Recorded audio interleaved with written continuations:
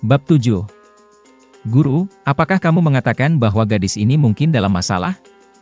Long Hao Chen tidak bisa tidak bertanya. Xing Yu mengangguk, menjawab, tidak, dia harus berada di sisi yang sama dengan pria berpakaian putih itu, keduanya mungkin milik kuil assassin. Kuil pembunuh? Mata Long Hao Chen tampak penuh keingintahuan. Xing Yu menarik tangan yang memakai cincin itu, berpikir keras, apakah ini cincin luar angkasa? Saat dia mengatakan ini, jari Long Hao Chen tiba-tiba memancarkan cahaya, dan saat ujung jarinya menyentuh cincin, itu menyebabkan lingkaran cahaya biru tipis muncul. Xing Yu tampak heran dan berkata kepadanya, kamu cukup beruntung, pasti gadis kecil yang menyerahkan ini padamu. Itu memiliki nilai yang luar biasa, jangan lupakan itu. Gadis kecil itu cukup menarik. Long Hao Chen menggaruk kepalanya, wajahnya yang cantik tampak ragu-ragu. Dia sebenarnya sama sekali tidak mengerti apa yang dimaksud gurunya. Guru, tahukah Anda bagaimana pria berpakaian putih itu membuat orang-orang yang tampak galak itu menghilang? Xing Yu tersenyum, mereka menghilang karena dia membunuh orang-orang ini, dengan menggunakan kompor spiritual 1000 pemukul yang digunakan oleh orang-orang dari kuil assassin, memecahnya menjadi beberapa bagian lalu membakarnya menjadi abu tanpa meninggalkan jejak. Juga melalui penggunaan kompor spiritual 1000 pemukul inilah yang membuat energi spiritual dalam tubuh Anda tumbuh, membantu Anda menerobos 12 standar dengan membakar beberapa kotoran, menyebabkan perubahan pada tubuh Anda. Ini bukan bantuan kecil, Anda harus mengingatnya, dan jika di masa depan Anda memiliki kesempatan, balas budi ke pihak lain. Anda tidak bisa berhutang selamanya, kecuali biasanya, dia tidak akan mengganggunya, tetapi Long Hao Chen sendiri tidak memperhatikan bahwa dia melakukannya karena dia menemukan banyak minat pada kata-kata guru Xing Yu. Guru, apakah kompor spiritual 1000 pemukul ini? Cahaya putih yang muncul pada saat itu? Xing Yu mengangguk, berkata, kamu bisa menjelaskannya seperti itu. Menggunakan kata-kata sederhana, ini adalah tungku peleburan yang menggunakan energi spiritual, membuatnya mengalami beberapa transformasi. Setiap kompor spiritual eksklusif untuk orang tertentu. Namun, Anda belum perlu mempelajari pengetahuan tentang kompor spiritual, jadi saya hanya dapat memberitahu Anda sekarang bahwa kompor roh jarang terjadi. Dengan memiliki 1000 tungku spiritual, seseorang tidak akan, pasti, menjadi pembangkit tenaga listrik, tetapi tanpanya, seseorang tidak akan pernah bisa berdiri di puncak kekuasaan. Oh, mendengarkan dia, hati Long Hao Chen segera mengeluarkan perasaan iri. Jika, di masa depan, dia bisa mendapatkan kompor spiritual, bagaimana perasaannya? Melihat cincin di jarinya, dia tidak bisa tidak mengingat gadis kecil pada hari itu. Xing Yu berkata, aku sudah meminta Balza memberitahu keluargamu, kamu akan diizinkan pulang sekali setiap minggu. Di lain waktu, Anda akan tinggal di sini untuk berlatih dengan saya. Long Hao Chen terkejut dan bertanya dengan agak cemas, Guru, bisakah kamu tetap memberiku cairan pelatihan elemental? Xing Yu mengangguk, menjawab, saya akan melakukannya setiap saat, tepat sebelum Anda pulang. Jika penampilanmu bagus, aku akan memberimu obat yang lebih baik yang akan memberi efek sangat baik pada tubuh siapapun. Di sisi lain, jika kamu tidak memenuhi harapanku, maka aku akan membuatmu menjauh dari gunung dan kamu tidak akan menjadi ksatria squire dari kuil ksatria lagi. Saat dia mengucapkan kata-kata ini, mata Xing Yu terlihat dalam, menunjukkan perasaan menyesal yang ringan. Namun, dia menyembunyikannya dengan sangat baik, jadi pada dasarnya, Long Hao Chen tidak melihatnya. Saat Xiao, kecil, Hao Chen mendengar perkataan Xing Yu, dia langsung mengangguk, tatapannya terlihat tegas dan tidak fleksibel. Demi kesehatan ibunya, ia akan dengan serius menyelesaikan latihan yang diinstruksikan gurunya. Selain itu, dia tahu bahwa gurunya mengajarinya untuk kebaikannya sendiri. Xing Yu mengangguk puas, menjawab, mulai hari ini dan seterusnya, saya akan menginstruksikan Anda semua jenis pengetahuan di pagi hari. Sore dan malam hari, kalian akan berlatih. Anda harus mengingat dengan baik pengetahuan yang saya instruksikan kepada Anda. Untuk setiap hal yang Anda lupakan, saya akan mengurangi 1 porsi cairan elemental pelatihan. Dia jelas tahu titik lemah Long Hao Chen, dengan hanya sedikit peringatan, dia menakuti si kecil sampai ke titik di mana dia sekarang hanya berulang kali mengangguk.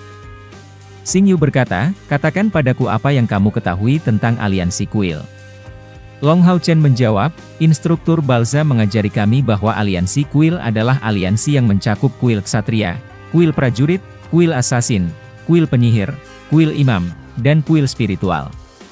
Keenam kuil ini bersatu untuk menjaga wilayah terakhir umat manusia. Xing Yu mengangguk dan menambahkan, kamu benar, tapi ini hanyalah fakta paling dasar. Sebelum periode antik lewat 13.000 tahun yang lalu, kita, umat manusia, secara bertahap menguasai Shengmo Dalu. Kemudian di daratan terbentuk puluhan negara manusia, mereka memerintah di daratan dan menyebabkan umat manusia mendominasi Shengmo Dalu. Setiap negara mengembangkan teknologi dan pertaniannya, selain pengetahuan intelektual mereka, selama periode inilah kita, umat manusia, berkembang paling cepat. Orang-orang hidup damai, nyaman, dan benua itu berkembang. Setelah hari-hari damai itu berlalu, peperangan mulai muncul, di antara mereka sendiri. 10 negara terlibat dalam peperangan yang tiada henti, dan karena konfrontasi ini, jumlah negara berkurang dan situasi menjadi konfrontasi antara 3 negara besar. Tidak ada yang berani bertindak gegabah terhadap ketiga negara ini dan situasi yang seimbang ini berlangsung selama beberapa ribu tahun. Kami menyebut periode ini, kejayaan umat manusia 7.000 tahun. Itu berlangsung hingga 6.000 tahun kemudian, ketika periode brilian ini tiba-tiba berakhir karena kedatangan ras iblis. Pada saat ini, Xing Yu menunjukkan tatapan penuh ketakutan dan kebencian. Karena manusia hidup secara normal, 9 bintang sejajar, dan semacam celah kehampaan yang sangat besar di langit, di sebelah timur daratan, muncul. 72 dewa iblis muncul dari celah, membawa malapetaka dari nafas iblis mereka. Selama 100 hari setelah kemunculan pertama para dewa iblis ini, semua makhluk hidup, terlepas dari apakah mereka binatang buas, makhluk ajaib, atau manusia, begitu mereka terinfeksi oleh gas, segera mengalami variasi biologis yang sangat besar, menjadi makhluk iblis milik ras iblis yang mematuhi semua perintah yang dikeluarkan oleh dewa iblis. Setelah 100 hari yang singkat, 72 dewa iblis memiliki pasukan yang terdiri dari beberapa juta tentara. Untungnya, nafas iblis dewa iblis ini hanya dikirim terus-menerus tidak lebih dari 100 hari lagi. Saya khawatir kita, umat manusia, sudah punah.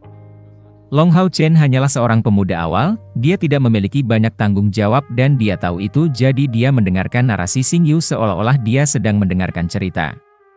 Namun, dia tidak lupa bagaimana Xing Yu baru saja mengancamnya dan ketika dia mendengarkan, dia mencoba untuk tetap teguh dalam hatinya. 72 dewa iblis, dan masing-masing memiliki, sungguh, pertahanan yang hampir tak bisa ditembus. Mereka diberi peringkat menurut kekuatan mereka. Mereka memimpin pasukan iblis yang bermutasi untuk menyerang umat manusia dengan maksud untuk memusnahkan kita. Sejak hari ke-72 Dewa Pilar Iblis ini tiba dan seterusnya, kita, umat manusia, memasuki zaman kegelapan yang berlangsung hingga sekarang. Setelah 6.000 tahun perselisihan, negara-negara umat manusia telah dihancurkan dan meskipun kita menyelamatkan kekayaan dan kekuatan yang penting, ketika menghadapi pasukan iblis ini kita masih dalam posisi yang tidak menguntungkan. Kami bahkan hampir punah sampai kekuatan terkuat umat manusia, 6 balai kuil yang muncul 3.000 tahun yang lalu, berhasil, setelah banyak perjuangan, menstabilkan situasi, menghentikan kemajuan iblis. Namun, aliansi kuil kami hanya menempati sedikit area, dari seperempat dari daratan, ketika dia sampai pada titik ini, nada suara Xing Yu jelas terangkat, kedua matanya memancarkan cahaya terang, jadi, hari ini aku akan memberimu pelajaran pertamamu yang akan mengingat rasa sakit dan rasa malu yang dibawa ras iblis kepada kita. Sebagai ksatria, kita harus menjaga tanah air kita, orang-orang tersayang, ras kita. Anda harus mengucapkan kata-kata ini setiap hari dan Anda harus mendapatkan kekuatan yang cukup untuk melindungi orang-orang yang harus kita jaga. Bab 8. Ras iblis telah membunuh puluhan ribu rekan kami, menyebabkan darah rekan senegara ini menodai tanah. Selama 3.000 tahun terakhir, kami 6 kuil tidak pernah menunjukkan penyesalan untuk mereka dan telah melakukan yang terbaik yang mungkin untuk kelangsungan hidup umat manusia sehingga, suatu hari, kami akan dapat merebut kembali semua wilayah yang hilang dan mengusir kejam dan setan ganas. Kami akan bekerja sampai nafas terakhir kami. Long Hao Chen, Anda harus ingat dengan tegas, bahwa ras iblis adalah musuh yang paling kami benci dan paling dalam. Suara Xing Yu penuh dengan kekuatan dan bahkan satu-satunya Long Hao Chen yang berusia 9 tahun sangat dipengaruhi oleh kata-katanya dan darahnya mendidih karena kegembiraan. Ras iblis adalah musuh yang paling kami benci dan paling dalam. Nada tegas Long Hao Chen meniru cara Xing Yu mengucapkan kalimat ini.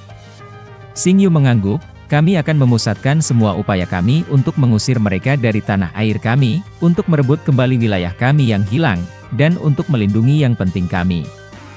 Tanyakan pada diri Anda sendiri, suatu hari, jika kita tidak dapat menghalangi kemajuan ras iblis lagi, apa yang akan terjadi pada kota kita, Odin? Teman-temanmu, ibumu, bencana macam apa yang akan mereka hadapi?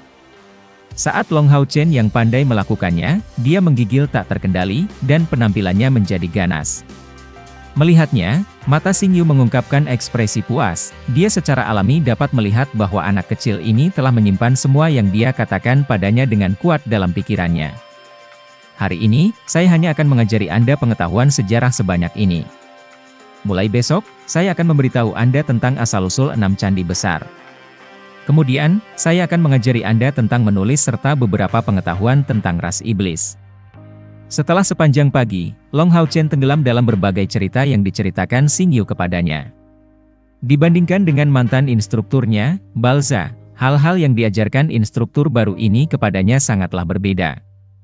Dia menginstruksikan setiap jenis pelajaran kepadanya, terkadang dengan cara yang menyinggung, terkadang dengan cara yang lugas. Seolah-olah pengetahuannya tidak terbatas.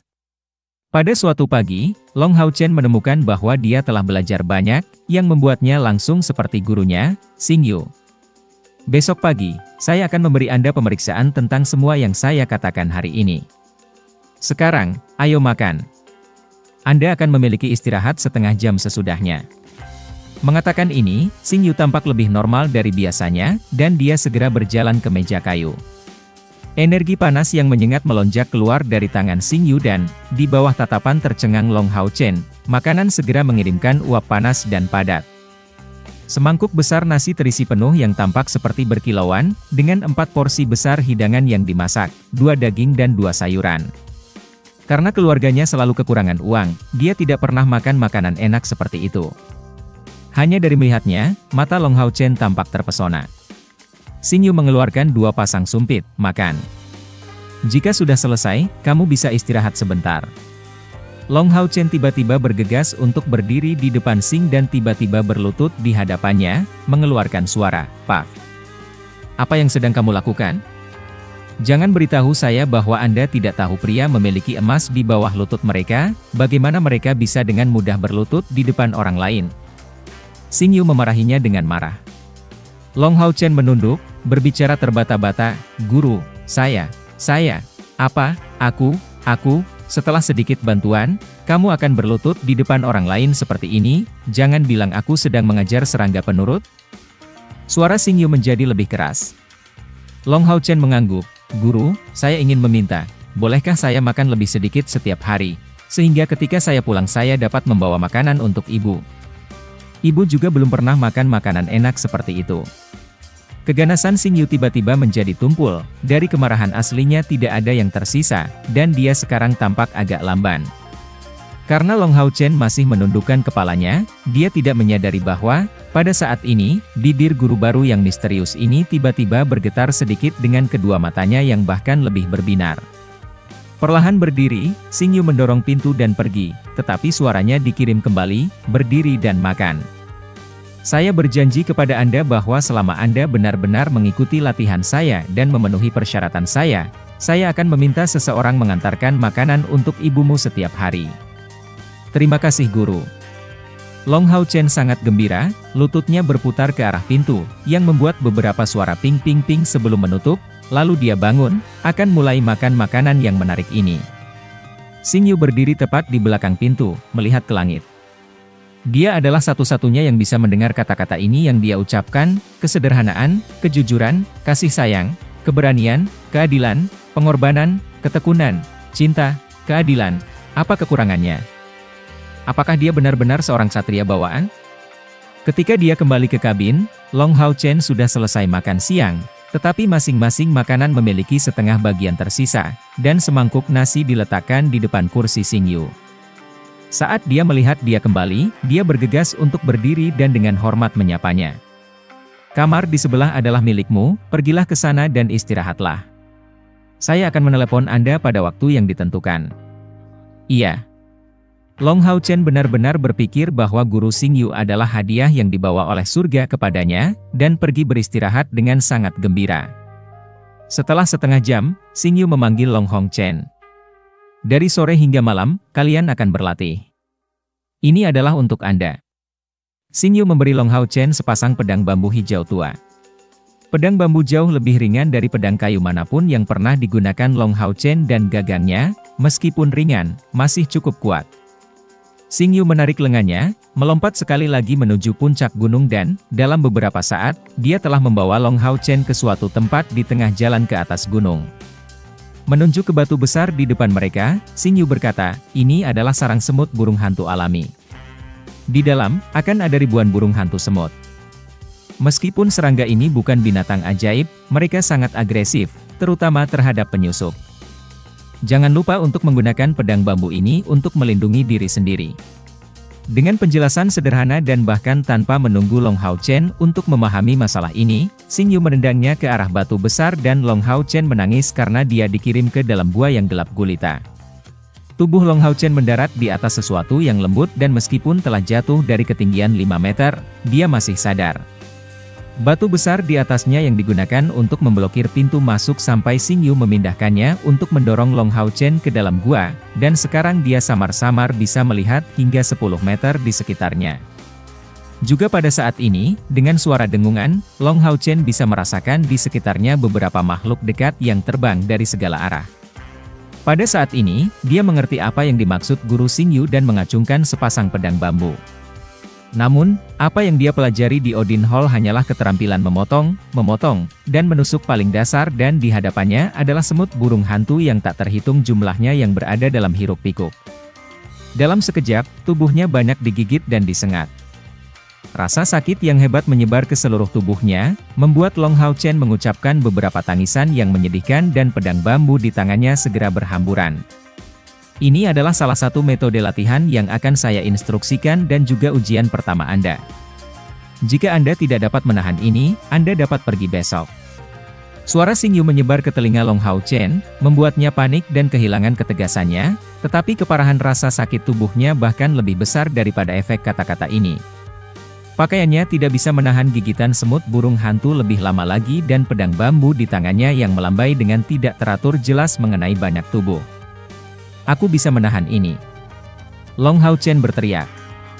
Memikirkan ibunya dan kata-kata Xingyu, keberaniannya mulai melebihi rasa takutnya dan dia berusaha sekuat tenaga untuk terus mengayunkan pedang bambu di tangannya, mencoba mengusir burung hantu semut yang menyerangnya tanpa henti. Arus Anda tidak dapat melihat, tetapi Anda hanya kehilangan indera penglihatan Anda. Anda masih memiliki indera pendengaran, indera peraba, dan bahkan indera perasa Anda. Gunakan semua yang dapat membantu kemampuan Anda untuk merasakan segala sesuatu di sekitar Anda. Bab 9. Suara Xingyu disampaikan sekali lagi, tetapi dia hanya menjelaskan beberapa teknik pedang sederhana sebelum dia menghilang. Long Hao Chen yang baru berusia 9 tahun harus tinggal sendirian di gua yang gelap gulita ini dengan semut burung hantu yang hiruk-pikuk dan rasa sakit yang hebat yang terus-menerus menyebar ke seluruh tubuhnya.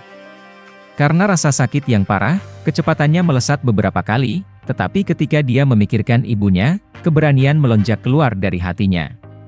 Burung hantu semut hanya membuatnya kesakitan, dia mengatupkan giginya untuk menekan rasa sakit, mengayunkan pedang bambunya berulang kali. Xingyu berdiri di luar lubang. Merasakan setiap menit berlalu, ekspresi wajahnya terus berubah. Tidak hanya sekali, apakah dia mengangkat tangannya dengan maksud untuk mendorong batu besar di hadapannya, tetapi dia melawan. Jika itu adalah anak lain dari Odin Hall, dia akan segera pingsan setelah masuk ke lubang ini.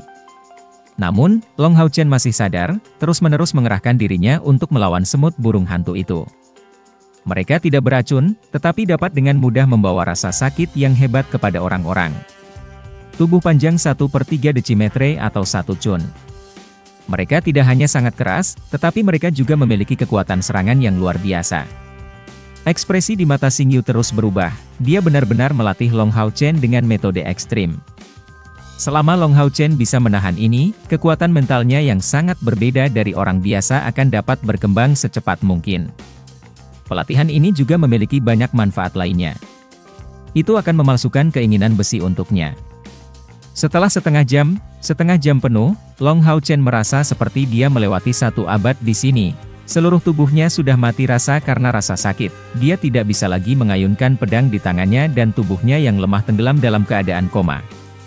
Pada saat ini, batu yang menutupi pintu masuk gua didorong ke samping dan kekuatan besar diberikan pada tubuh Long Hao Chen. Menariknya, karena semut burung hantu yang tak terhitung jumlahnya diusir oleh kekuatan aneh, tanpa ada cara untuk terbang keluar.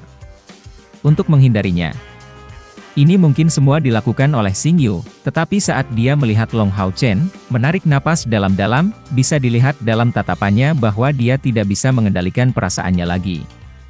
Pada saat ini, Long Hao Chen memiliki seluruh tubuhnya sudah benar-benar lelah. Seluruh tubuhnya bengkak karena sengatan, wajah mungilnya yang cantik tidak dapat dikenali sama sekali, dan jejak benturan dengan tubuh semut burung hantu dapat dilihat pada set pedang bambu. Xing Yu buru-buru membuat Long Hao Chen menghirup semacam obat merah dan, setelah sekejap, dia membawa Long Hao Chen kembali ke kabin kayu dengan kecepatan yang tak terukur. Ada total 3 kabin kayu, selain kabin kayu master dan muridnya, ada juga kabin lain yang tidak pernah dimasuki Long Hao Chen. Pada saat ini, ke dalam kabin kayu inilah Xing Yu membawanya. Saat memasuki kabin kayu, uap panas yang pekat bisa terlihat keluar. Di bagian dalam kabin kayu ini bisa dilihat sebuah batu dengan kolam yang digali. Untuk mengatakannya secara akurat, seharusnya kolam yang ada di sini dulu, dan kemudian kabin kayu ini dibangun di sekitarnya. Air kolam itu meluap. Air di dalam kolam berwarna coklat, banyak obat mengambang di dalamnya. Xing Yu dengan cepat menanggalkan pakaian robek Long Hao Chen, dengan hati-hati memasukkan tubuhnya ke dalam kolam. Hanya bagian di atas hidungnya yang berada di luar kolam. Mata air panas di sini sebenarnya digali oleh Xing Yu, tetapi Long Hao Chen, masih dalam keadaan koma, tidak mengetahui hal ini. Di dalam air kolam, dia dibasahi dengan bahan medis yang memiliki nilai yang bahkan 10,000 botol cairan pelatihan elemental tidak dapat dibandingkan. Setelah setengah jam, Xing Yu melihat bahwa bagian yang bengkak di tubuh Long Hao Chen secara bertahap menghilang dan meninggalkan kabin kayu. Sinar matahari berangsur-angsur menghilang, meninggalkan ruang untuk cahaya redup di malam hari dan, tanpa disadari, hari sudah senja. Itu menyakitkan. Wah, teriak Long Hao Chen, bangun dari komanya saat direndam di air panas. Tubuhnya bergerak, tetapi secara alami tidak bisa menjaga keseimbangannya. Air di kolam itu tidak dalam, tapi dia minum sedikit dan hanya memuntahkannya. Dari kolam, suara batuk yang keras bisa terdengar. Di mana saya? Long Hao Chen dengan acuh tak acuh melihat uap di sekitarnya dan air di sekitarnya. Rasa sakit yang hebat yang awalnya dia rasakan sudah hilang dan, kecuali dari kenyataan bahwa seluruh tubuhnya telah dibersihkan dan telanjang sepenuhnya, dia merasa sangat alami. Membuka pintu dan memegang pakaian, Xing Yu masuk dari luar. Kenakan pakaian ini dan keluar, setelah mengeluarkan kalimat sederhana, dia pergi lagi. Long Hao Chen keluar dari air, agak bingung, mengambil handuk di sisinya sebelum mengenakan pakaian bersih. Kemudian, dia memikirkan kembali peristiwa yang terjadi di gua semut burung hantu. Mengingat rasa sakit yang hebat yang dia alami saat itu, dia tidak bisa menahan untuk tidak menggigil. Pada saat itu, dia sepenuhnya mengandalkan keberaniannya untuk menanggungnya, tetapi memikirkan kembali tentang ini, dia merasakan sekali lagi rasa sakit yang parah pada saat itu. Saat dia mendorong pintu, dia menemukan bahwa dia berada di kabin kayu ketiga dan masuk ke kabin tengah. Dia menemukan makanan kaya yang diatur di atas meja. Datang dan makan.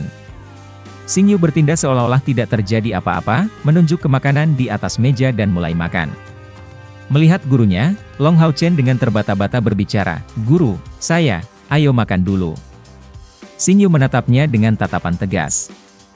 Long Hao Chen tidak berani mengatakan apa-apa lagi dan bergegas untuk duduk dan mulai makan seolah-olah dia belum makan apapun untuk waktu yang lama.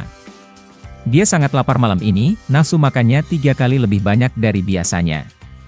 Kecuali dari porsi kecil yang Xing Yu makan, dalam beberapa saat, Long Hao Chen telah memakan semua yang bisa dimakan di atas meja. Katakan padaku bagaimana perasaanmu hari ini? Xing Yu belum membiarkannya merapikan meja, bertanya dengan tenang. Itu sangat menyakitkan. Long Hao Chen dengan tulus menjawab. Bisakah kamu melakukan sebanyak ini? Xing Yu dengan dingin berbicara, ini baru permulaan. Keluarlah bersamaku dan bawa pedang bambamu. Baik. Tuan dan muridnya meninggalkan kabin kayu, tiba di puncak gunung. Dua pedang bambu serupa muncul di tangan Xingyu, pedang itu dikenal sebagai Raja Senjata. Itu bisa menyerang sekaligus bertahan. Jika ingin membela orang lain, Anda harus bisa membela diri terlebih dahulu. Sekarang, saya akan mengajari Anda taktik penutupan sekarang. Perhatikan baik-baik. Bilah bambu itu bergerak. Membiarkan beberapa bayangan, sinar pedang yang tampak begitu tidak nyata ini bersinar di puncak gunung. Kalimat menyertai sinar pedang ini, tanpa henti masuk ke telinga Long Hao Chen. Hari ini, latihannya yang kejam baru saja dimulai. 7 hari penuh telah berlalu. Pada saat ini, Xingyu setiap hari menginstruksikan Long Hao Chen, berbagai mata pelajaran, astronomi, geografi, dan sejarah dimasukkan. Keesokan harinya, akan ada pemeriksaan tentang jalannya hari sebelumnya, tetapi bagi Long Hao Chen, itu adalah momen paling bahagia di hari itu. Sore hari, neraka dimulai. Sarang semut burung hantu adalah kursus wajib setiap hari, tetapi hasil akhirnya selalu sama. Rasa sakit yang tidak manusiawi ini membuat Long Hao Chen hampir ingin mati, tetapi setiap kali hatinya berpikir untuk menyerah, Xingyu akan mengingatkannya bahwa dia akan bisa pulang hanya dalam beberapa hari. Setiap kali dia berada di gua semut burung hantu, dia berlatih sampai saat dia akan pingsan, dan begitu dia bangun, dia akan menemukan dirinya berada di tengah mata air panas, dengan rasa sakit yang sudah hilang. Setelah makan malam, latihan dimulai dari awal. Xingyu memberikan beberapa keterampilan kepada Long Hao Chen dan membiarkan dia melakukan hafalan mekanis untuk mempelajari beberapa hal. Hanya ketika malam sangat larut, hari pelatihan akan berakhir. Hal yang paling menyakitkan bagi Long Hao Chen adalah kenyataan bahwa Xingyu tidak mengizinkannya tidur. Ketika sudah larut malam, karena dia benar-benar kelelahan, Xingyu akan mengajarinya metode meditasi duduk yang oleh Long Hao Chen disebut tidur sambil duduk. Dan di pagi hari, pedang Xingyu akan memukulnya, tanpa ragu, untuk membangunkannya.